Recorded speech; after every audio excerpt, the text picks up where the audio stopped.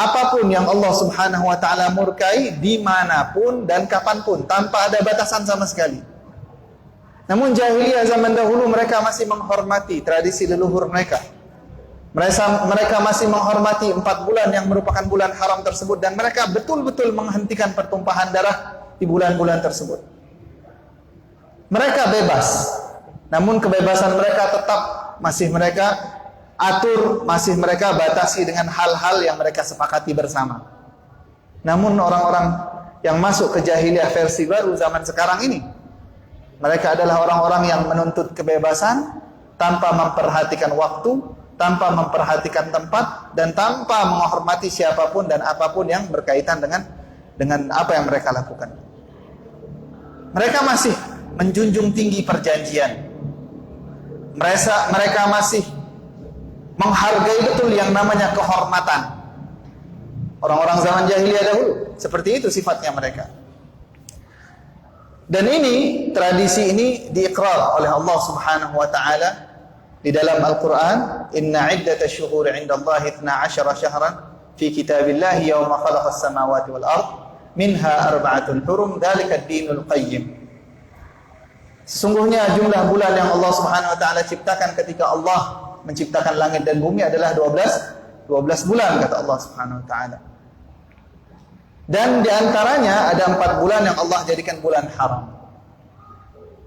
Jadi nilai bulan haram menurut agama Islam adalah bahwasanya setiap amal ibadah, setiap perbuatan, setiap gerak-gerik dan tindak tanduk kita di bulan-bulan tersebut tidak sama dengan bulan-bulan lainnya.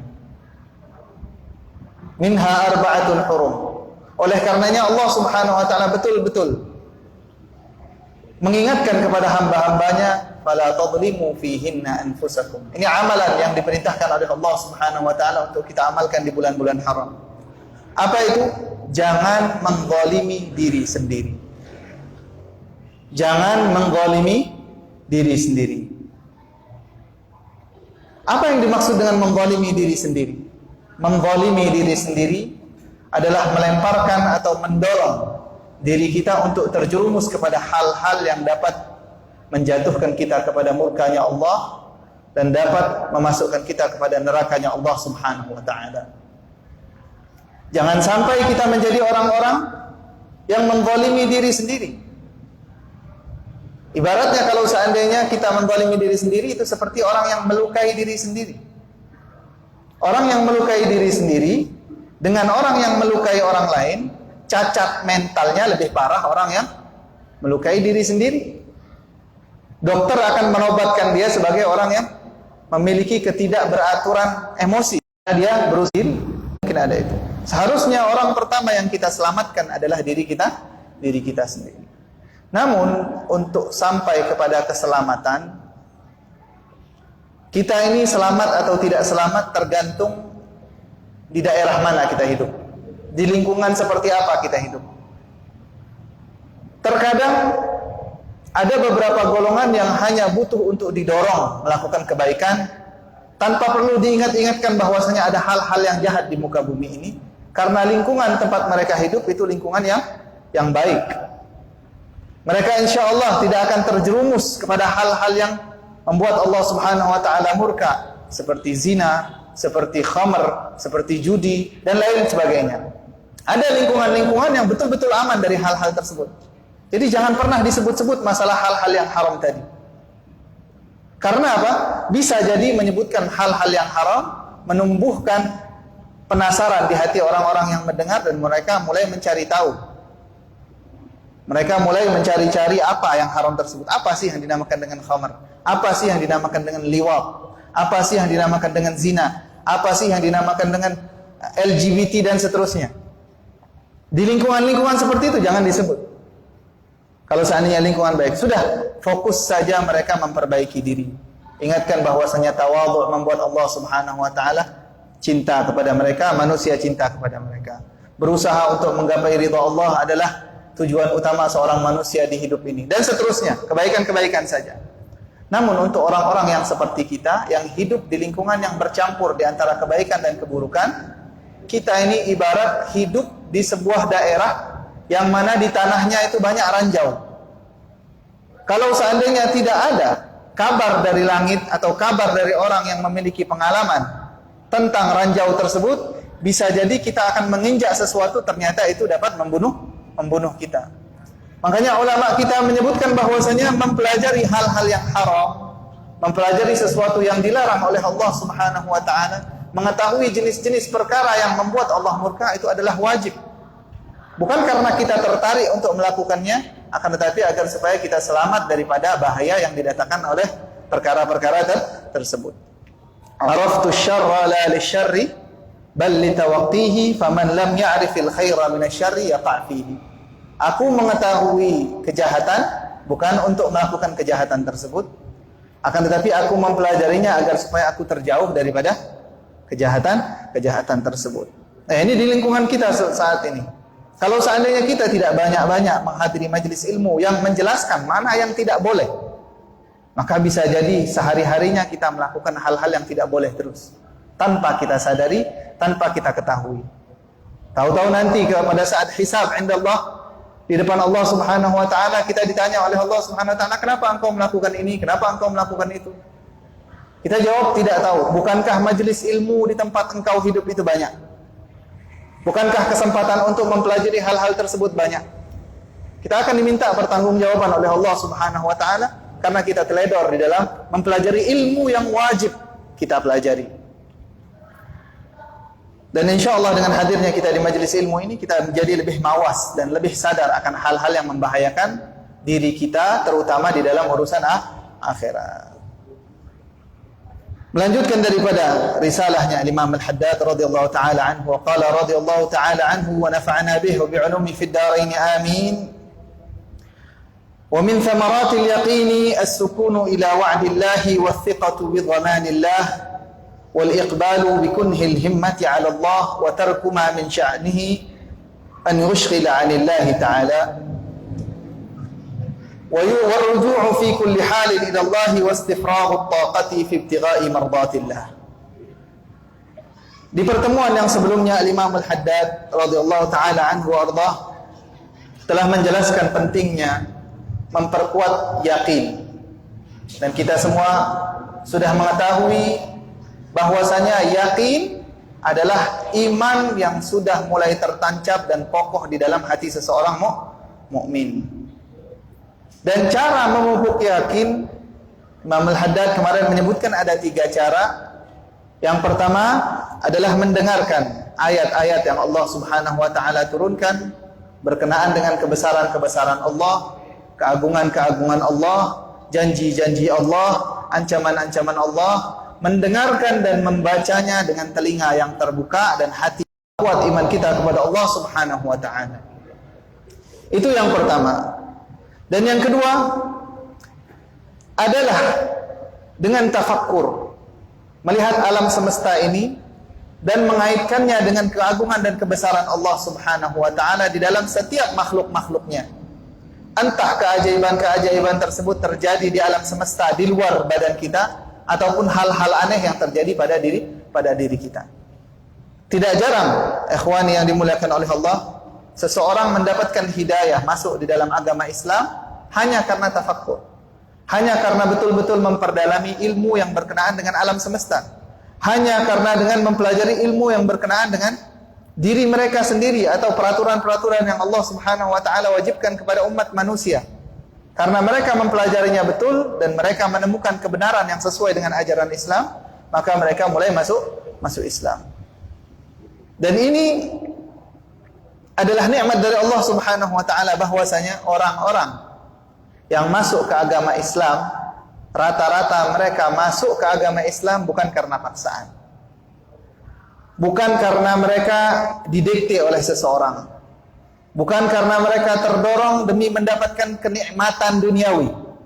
Biasanya orang-orang yang mau dan rela meninggalkan agama lama mereka untuk tinggal di dalam agama Islam adalah bahwasanya mereka sudah betul-betul yakin karena melihat bukti-bukti yang tidak mampu mereka tolak dengan akal sehat mereka.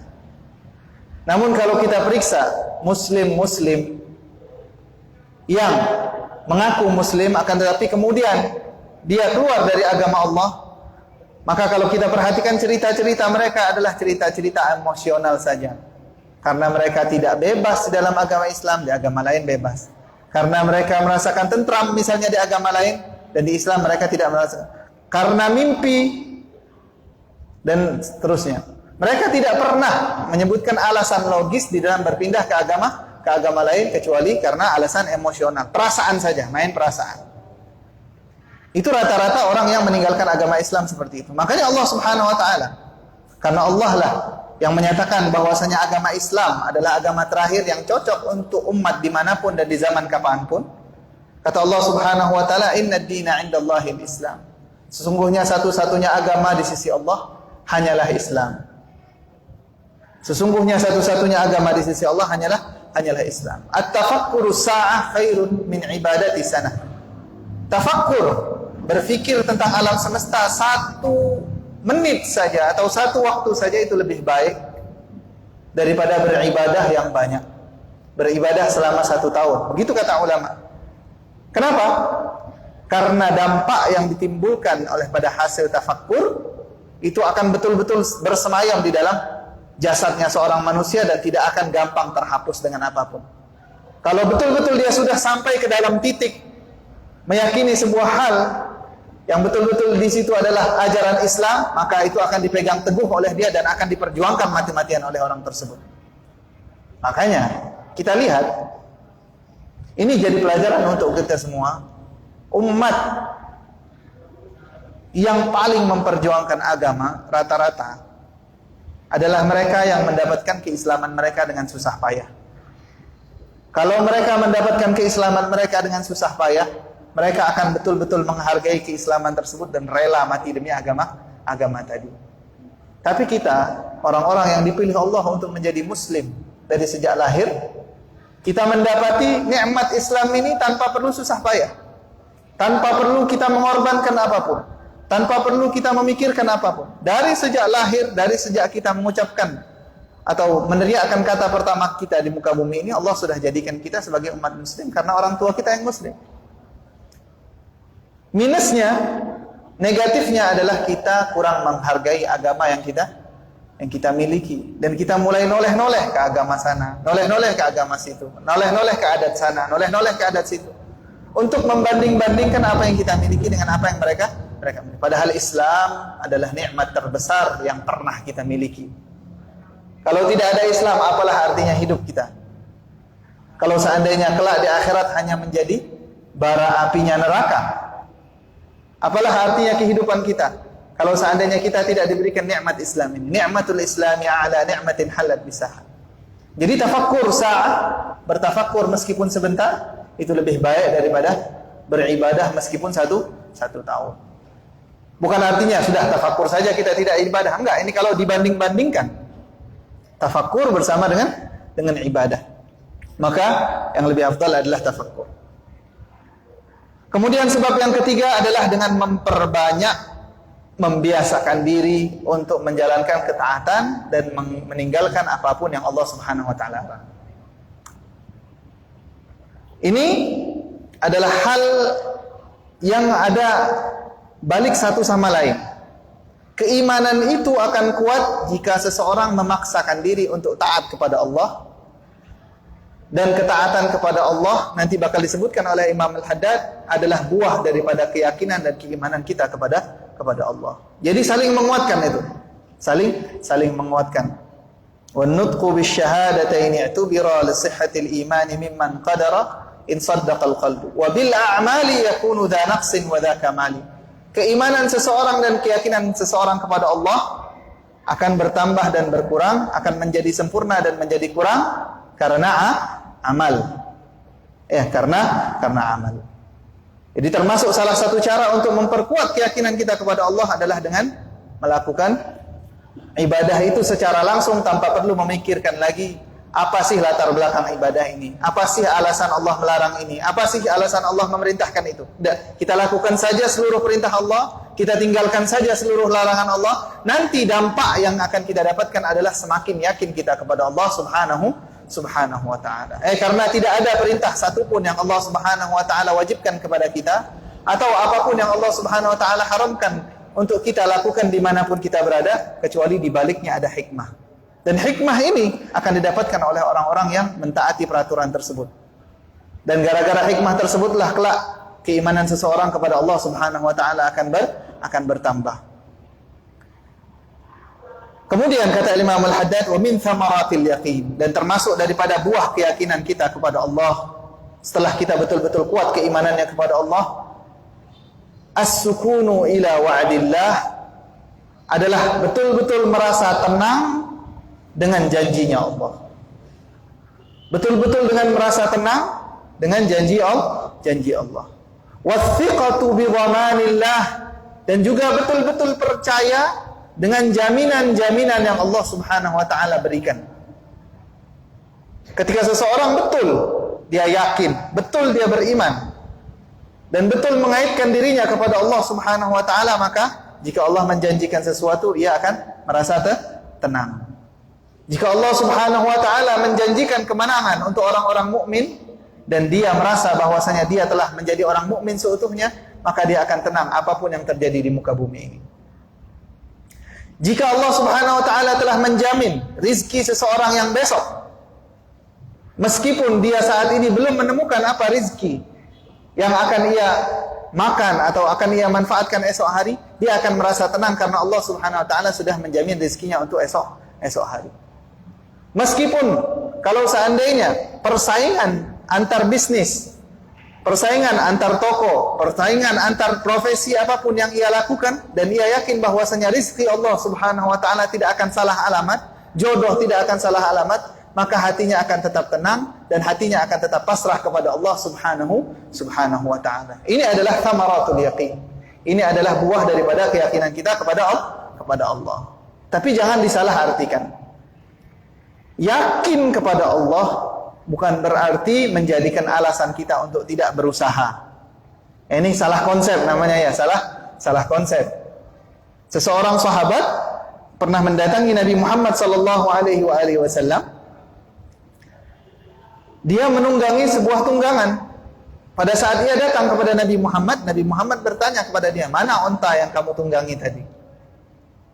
Kemudian dia dengan bangganya mengucapkan bahwasanya, "Saya bertawakal kepada Allah wahai Rasulullah. Jadi saya lepaskan saja. Kalau dia kembali, kalau dia enggak kembali ya sudah. Itu karena urusannya Allah Subhanahu wa taala. Allah yang punya takdir. Saya hanya memasrahkan diri kepada Allah." Ini salah konsep ini namanya. Kata Nabi Muhammad sallallahu alaihi wasallam, bukan begitu cara bertawakal. Cara bertawakal yang betul adalah aqil. Yang pertama ikat.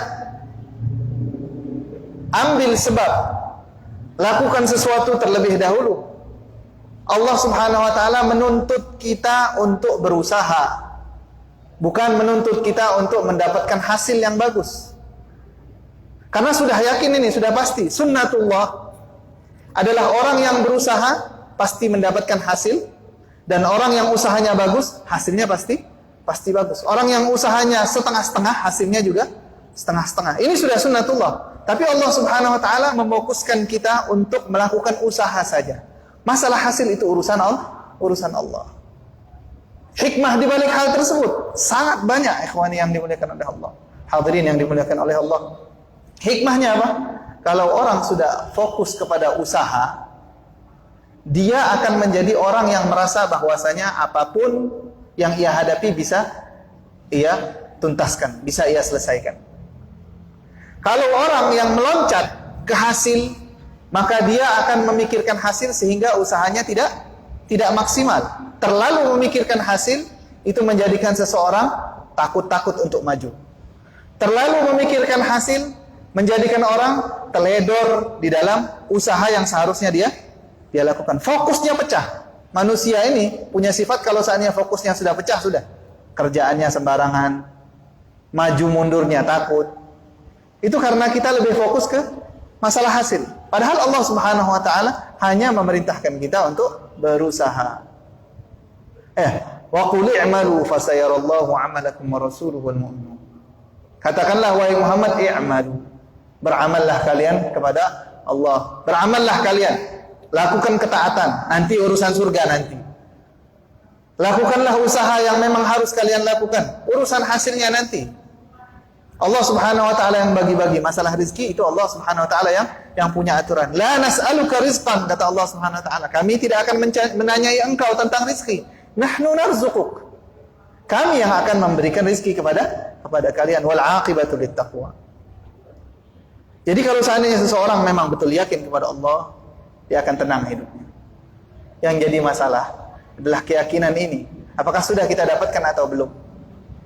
Apakah pengakuan keimanan kita hanya Allah sebagai orang mukmin itu hanya sebatas lisan? Karena kata anaknya Imam Al-Haddad, Al-Habib Hasan bin Abdullah Al-Haddad, keimanan itu kalau diibaratkan tingkatan ada 4 tingkatan. Tingkatan yang paling rendah, yang paling bawah itu adalah iman lisan tapi takdzib bil qalb. Secara lisan dia bersaksi tiada Tuhan selain Allah, akan tetapi di dalam hatinya dia mengakui bahwasanya Tuhan segala Tuhan adalah harta. Dia mengakui bahwasanya Tuhan segala Tuhan adalah jabatan. Buktinya mana? Buktinya dia hanya menjalankan agama Islam hanya karena takut hukuman orang-orang semata. Hanya takut pandangan orang bahwasanya kamu ini tidak melakukan sholat, kamu ini tidak melakukan. Bukan karena betul-betul tunduk akan perintah Allah Subhanahu wa taala. Ini adalah sifat-sifat munafik. Mereka yang masuk Islamnya hanya demi agar supaya darah mereka selamat, agar supaya mereka tidak dibunuh oleh pemerintahan pada saat itu. Sifat munafikin itu adalah tingkatan pertama keimanan. Tingkatan kedua keimanan adalah mereka yang mulai tunduk kepada Allah Subhanahu wa taala akan tapi masih mereka memiliki syahwat. Ini adalah standar orang-orang muslim zaman sekarang. Mereka beriman, mereka taat kepada Allah Subhanahu wa taala, mereka benci kepada maksiat, akan tetapi mereka memiliki syahwat yang sulit untuk ditaklukkan. Jadi kerjaannya sehari-hari kenapa? Jatuh bangun dia berperang dengan syahwatnya sendiri. Ini adalah tingkat kedua iman. Orang tersebut adalah orang yang insya Allah Subhanahu wa taala akan selamatkan kelak di akhirat. Dan kalau seandainya betul-betul bertaubat kepada Allah atas kesalahan yang mereka lakukan, insya Allah Allah akan terima taubatnya. Dan tingkatan ketiga dan keempat adalah wali min auliyaillah. Kalau tingkatan ketiga, mereka adalah orang yang mampu menundukkan syahwatnya, menundukkan hawa nafsunya, sehingga pekerjaan mereka semuanya adalah taat kepada Allah. Dan yang paling tinggi adalah mereka yang hanya mencari Allah saja, tanpa mempertimbangkan lagi manfaat amal, tanpa mempertimbangkan lagi apa bahaya daripada maksiat yang mereka lakukan. Pokoknya Allah. Mau dapat surga enggak dapat surga, yang penting Allah. Ini sudah wali min auliyaillah. Akan tetapi kita ini berada dan tidak akan bisa naik ke derajat tersebut kecuali betul-betul kita menjalankan tips yang diberikan oleh Imam Al-Haddad tadi. Karena tingkatan ilmu tasawuf itu yang pertama adalah ilmu. Belajar dulu. Kemudian setelah ilmu baru beramal. Setelah beramal baru nanti dapat hal. Baru dapat keadaan magam-magam di sisi Allah Subhanahu wa taala. Kedudukan di sisi Allah akan didapatkan karena amal, dan amal tidak akan sempurna kecuali dengan ilmu. Itu adalah termasuk thamaratul yaqin, as-sukun ila wa'dillah wa thiqatu bi dhamanillah. Wal iqbalu bi kunhil himmati 'ala Allah, dan betul-betul menghadap dan fokus kepada Allah Subhanahu wa taala dengan semangat yang betul hebat. Wa tarku ma min sya'nihi an yushghila 'anillah, dan meninggalkan apapun hal yang dapat membuat dia sibuk, membuat dia lalai daripada Allah Subhanahu wa taala. Wa ruju'u fi kulli halin ila Allah, dan kembali kepada Allah Subhanahu wa taala di setiap keadaan. Kalau dia senang, dia ingat Allah. Kalau dia sedih, dia ingat Allah. Jangan ingat sama Allah Subhanahu wa taala hanya pada saat sedih. Umumnya manusia ingat kepada Tuhannya pada saat dia sudah tidak lagi berdaya. Kalau seandainya dia lagi senang, dia foya-foya. Kata Allah Subhanahu wa taala di dalam hadits qudsi yang mana maknanya, ingatlah aku pada saat syiddah, pada saat kesulitan, maka aku akan ingatlah kepada aku pada saat rakha, pada saat engkau mudah, pada saat engkau senang, maka pada saat sulit kelak aku akan juga ingat kepadamu. Taqarrab ila Allah fi rakha ya'rifka fi syiddah. Kata Nabi Muhammad sallallahu alaihi wasallam, mendekatkanlah diri engkau kepada Allah Subhanahu wa taala pada saat engkau enak, pada saat engkau senang, pada saat engkau kaya, maka Allah Subhanahu wa taala akan mengingatmu pada saat engkau sulit. Kembali kepada Allah Subhanahu wa taala di setiap keadaan, wastifraghut taqati fi ibtigha'i mardatillah, dan menghabiskan tenaganya demi menggapai ridhanya Allah. Kata beliau, wa 'alal jumlah, khulasah atau ringkasan daripada yang sudah dijelaskan secara umum, fal yaqin aslul iman, keyakinan adalah asalnya iman, wasairil maqamatis syarifah, dan semua maqam-maqam yang mulia, kedudukan-kedudukan yang mulia itu asal dan muaranya adalah keyakinan kepada Allah Subhanahu wa taala.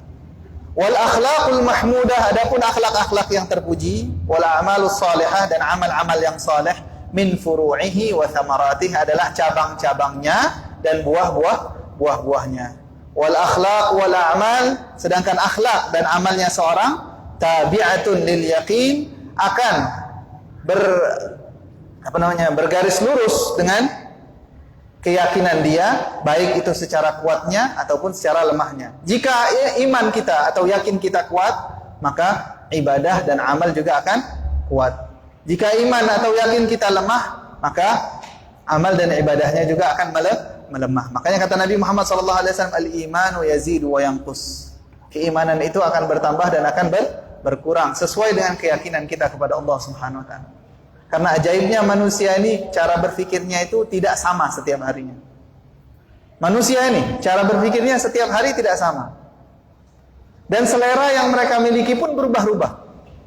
Hari ini kita doyan pempek telok, besok kita nggak doyan lagi pempek telok. Hari ini kita doyan duren, dikasih duren, besok kita tidak mau lagi duren. Selera mereka, cara berfikir mereka, dan pola mereka menghadapi sesuatu dari hari ke hari selalu berbeda. Begitu juga keimanan kita kepada Allah Subhanahu wa taala, keyakinan kita. Kalau seandainya tidak kita pupuk keimanan atau keyakinan kepada Allah Subhanahu wa taala dengan cara 3 yang disebutkan oleh Imam Haddad tadi, maka tidak ada mustahil keimanan kita akan berkurang. Bahkan sangat mungkin keimanan kita semakin terkikis, bisa jadi sampai habis. Apa yang membuat keimanan terkikis? Banyaknya maksiat kepada Allah Subhanahu wa taala. Banyaknya maksiat kepada Allah Subhanahu wa taala itu mengikis keimanan. Semakin iman kita terkikis, maka semakin dekat kita dengan kekufuran. Oleh karena itu, Rasulullah SAW pernah bersabda, al-ma'siyatu baridul kufr. Maksiat adalah pengantar untuk masuk di dalam kekufuran. Jangan mentang-mentang kita merasa iman kita kuat, kita berusaha atau kita menentang dan mencoba untuk mengetes iman. Anak ini iman sudah kuat, jadi anak masuk ke tempat maksiat itu tidak apa-apa. Anak ini iman anak sudah kuat, jadi mau diadakan joget-joget perempuan atau mau minum khamr duduk bersama anak, insya Allah tidak akan terpengaruh. Jangan coba-coba seperti itu. Jangan coba-coba untuk menguji Allah Subhanahu wa taala. Yang punya otoritas untuk menguji adalah Allah, dan kita sebagai manusia yang dhaif, yang lemah, seharusnya tahu diri untuk tidak pernah menguji kekuasaan Allah Subhanahu wa taala, karena hatinya manusia ini baina usbu'ain min asabi'ir rahman, di antara 2 jarinya Allah. Maksudnya Allah Subhanahu wa taala mampu membolak-balikkan hati seseorang itu dengan sangat mudah. Jadi dosa yang termasuk paling besar adalah orang yang merasa bahwasanya tidak mungkin dia akan dibuat sesat oleh Allah Subhanahu wa taala. Tidak mungkin bahwasanya keimanan dia akan dicabut oleh Allah Subhanahu wa taala. Orang yang merasa keimanannya tidak mungkin akan dicabut oleh Allah, berarti dia sudah meletakkan dirinya di dalam dosa yang begitu besar kepada Allah Subhanahu wa taala. Banyak pelajaran. Bahkan jangankan orang yang awam, ulama yang sudah mulai berdakwah ke sana sini, bisa saja Allah Subhanahu wa taala balikkan hatinya sehingga dia menjadi abdun adallahullah, hamba yang dibuat sesat oleh Allah Subhanahu wa taala.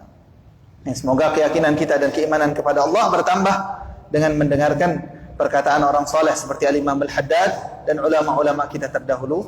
Dan kita akan melanjutkan bacaan daripada hadis Bulughul Maram bil Imam Al-Hafidh Ahmad bin Hajar Al-Asqalani bis sanad al-muttasil ila Imam Al-Hafidh Al-Imam Al-Hafidh Ahmad bin Ali bin Hajar Al-Asqalani radhiyallahu ta'ala anhu wa ardaahu, nafa'ana bih bi 'ulumi fid darain amin.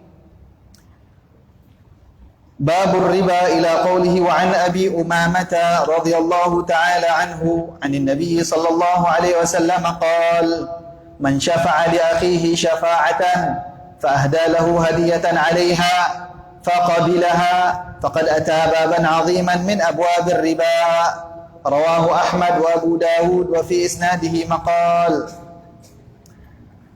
Hadis ini adalah hadis ke-771 daripada Kitab Bulughul Maram bab ar-riba.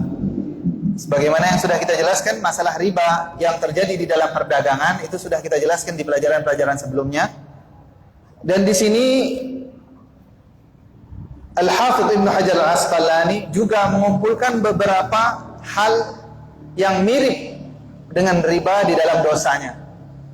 Artinya perkara-perkara yang bakal disebutkan ini adalah hal-hal yang mirip dengan riba di dalam dosanya. Bukan lagi berkaitan dengan riba secara langsung, bukan lagi berkaitan dengan sistem riba dan seterusnya. Kemarin sudah kita sebutkan juga sebuah hadis, kalau seandainya seseorang di sebuah zaman sudah mulai berusaha untuk memanipulasi hukum Islam, coba-coba mengakali hukum Islam, kemudian dia lebih nyaman dengan mencari dunia atau dengan peliharaannya dan meninggalkan jihad di jalan Allah Subhanahu wa taala, maka Allah Subhanahu wa taala akan liputi umat tersebut atau kaum tersebut dengan kehinaan. Sampai kapan? Sampai mereka kembali lagi kepada hukumnya Allah. Kemarin sudah kita jelaskan tentang bai'ul 'inah.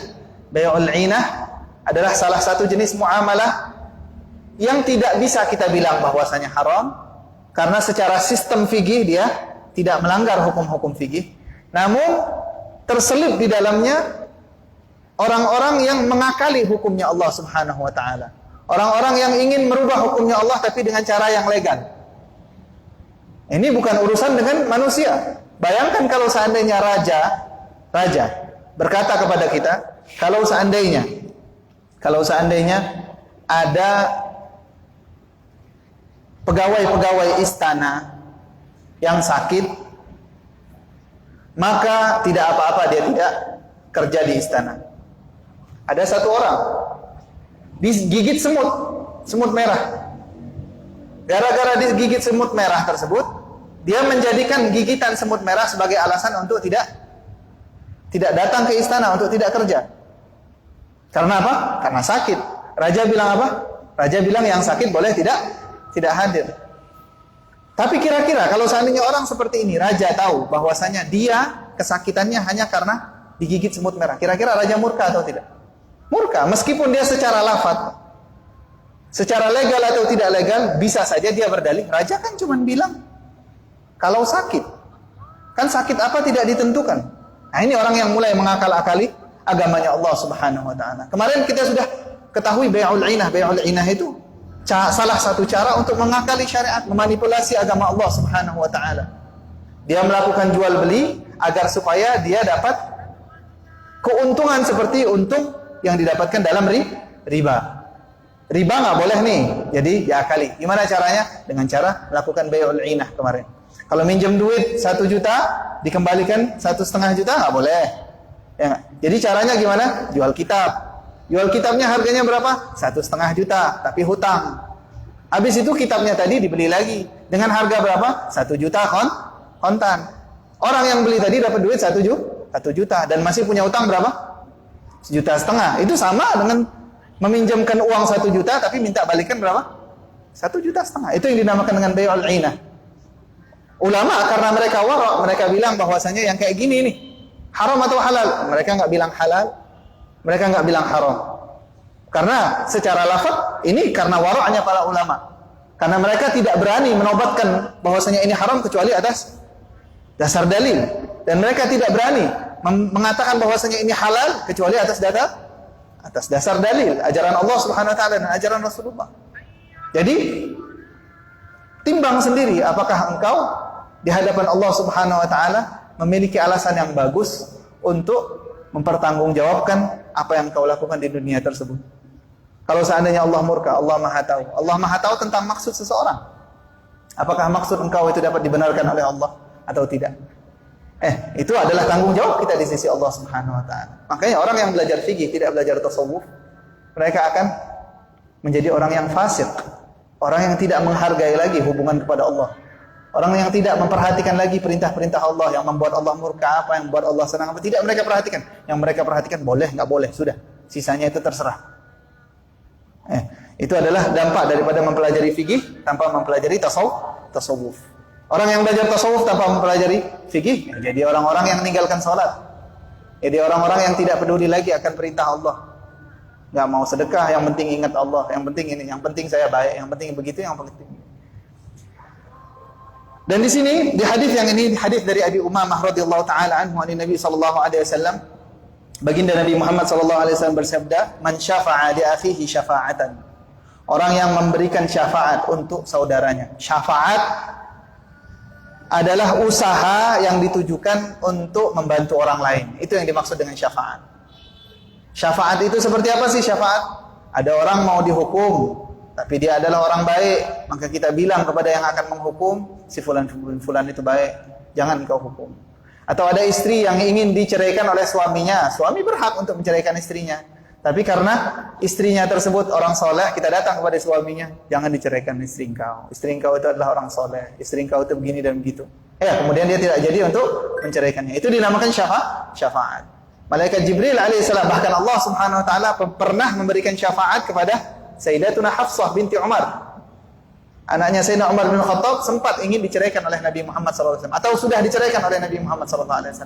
Kemudian turun Malaikat Jibril kepada Nabi Muhammad, mengatakan kepada Nabi Muhammad, minta dibalikkan lagi, minta dirujuk. Kenapa? Fa innaha shawwamatun qawwamah, karena sesungguhnya Sayyidatuna Hafsah itu tukang puasa, tukang beribadah kepada Allah. Ini adalah salah satu jenis syafaat. Termasuk daripada syafaat di dalam profesi-profesi yang kita miliki saat ini adalah bantuan-bantuan yang berupa jasa yang seharusnya tidak berbayar. Misal, kita ini tahu bagaimana sistem di sebuah perkantoran. Kalau seandainya ada orang awam masuk kantor tersebut, dia akan dimainkan. Karena kita adalah orang yang tahu, kita bantu orang tersebut agar supaya dia berhasil masuk mendapatkan hajatnya gara-gara kita. Itu dinamakan syafaat.